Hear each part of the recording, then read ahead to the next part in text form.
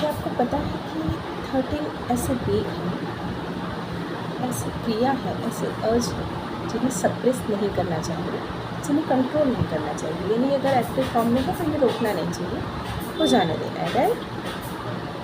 जैसे चरक संहिता में 13 वीक का बहुत अच्छा सा वर्णन किया गया है। पहले मैं वो श्लोक आपको बताती हूँ, फिर मैं आपको वो 13 वीक के बारे में बताऊँगी कि वेग कौन से। न वेगा न धार्येत धीमा जातन मुख्य पुरुष,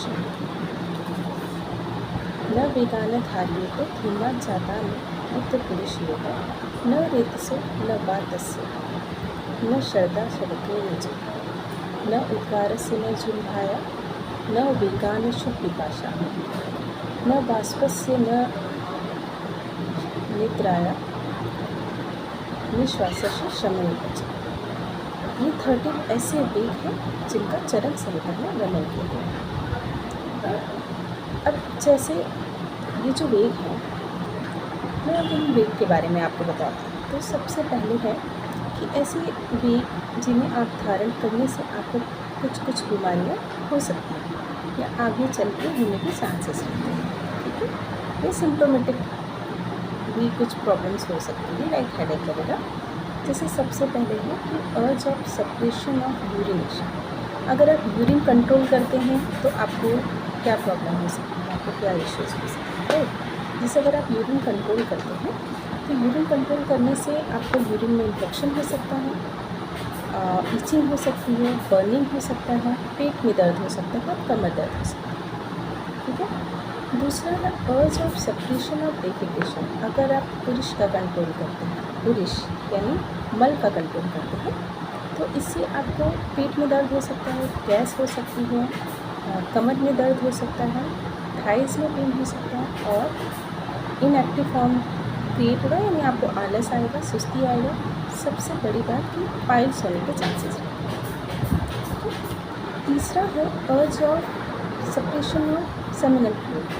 सेमिनल फ्लूइड का सप्रेस करने की वजह से प्राइवेट पार्ट के मेल में प्राइवेट पार्ट के डिजीज़ होने के चांसेस रहते हैं। स्वेलिंग आ सकती है, बर्निंग हो सकता है, पेन हो सकता है, ठीक है। उसके बाद है urge of suppression of flats.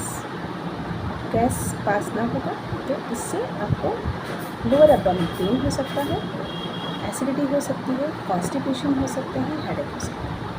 फिर अगर आप वॉमिटिंग का कंट्रोल करते हैं तो आपको क्या क्या हो सकता है। अगर आप वॉमिटिंग कंट्रोल करते हैं तो आपको थ्रोट इरिटेशन हो सकता है, हेडेक हो सकता है, पेट में दर्द हो सकता है और भूख कम लगेगी।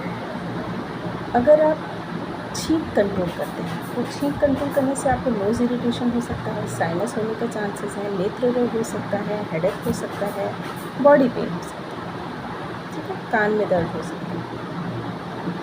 अगर आप उद्गार यानी बर्फिंग या डिकार कंट्रोल करेंगे तो उससे आपको चेस्ट पेन हो सकता है, चेस्ट हैवीनेस हो सकता है, भूख कम लगेगी, लॉस ऑफ एपेटाइट हो सकता है, नींद नहीं आएगा आपको, ठीक है। अगर आप झुम्भा यानी यॉर्निंग कंट्रोल करते हैं, नींद को कंट्रोल करते हैं बेसिकली, तो आपको उससे हेडेक हो सकता है, लैक ऑफ स्लीप हो सकता है, इरिटेशन हो सकता है, आपको चिड़चिड़ होगा और हाथ सिर भी दुख सकता है। उसके बाद अगर आप भूख को कंट्रोल कर रहे हैं, अगर आप भूख कंट्रोल कर रहे हैं तो आपका वेट लॉस हो सकता है, आपको वीकनेस आ सकती है, आपका मेटाबॉलिज्म डिस्टर्ब हो सकता है, धीरे धीरे आपका भूख कम होने लगेगा और हेडेक हो सकता है, पेट में दर्द हो सकता है, ठीक है। अगर आप प्यास को कंट्रोल कर रहे हैं तो प्यास को कंट्रोल करने से आपको वीकनेस आएगी, हेडेक हो सकता है, वॉमिट हो सकता है, एसिडिटी हो सकती है और पेट में दर्द हो सकता है।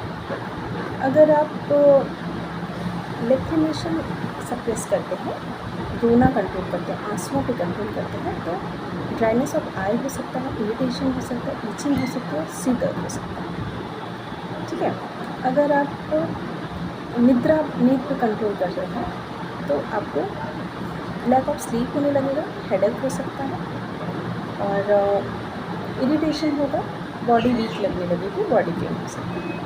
अगर आप ड्यूरिंग एक्सरसाइज जो डीप ब्रीथ करते हैं, ठीक है, अगर आप उस पर कंट्रोल कर रहे हैं तो आपको हार्ट डिजीज़ हो सकता है, चेस्ट पेन हो सकते हैं, हेडेक हो सकता है और वीकनेस वगैरह हो सकता है। तो ये एक ये सारे जो वेग हैं ऐसे हैं जिन्हें आपको सप्रेस नहीं करना, ठीक है। मैं आपको बताऊँगी कि ऐसे भी वेग हैं जिन्हें आपको सप्रेस करना चाहिए, कंट्रोल करना चाहिए, सप्रेस करना चाहिए उनके अर्ज को कंट्रोल करना चाहिए, जो आपके लिए और सराउंडिंग के लिए अच्छा है, ठीक है। फिर मैं आपको बताऊँगी नेक्स्ट वीडियो में। Thank you.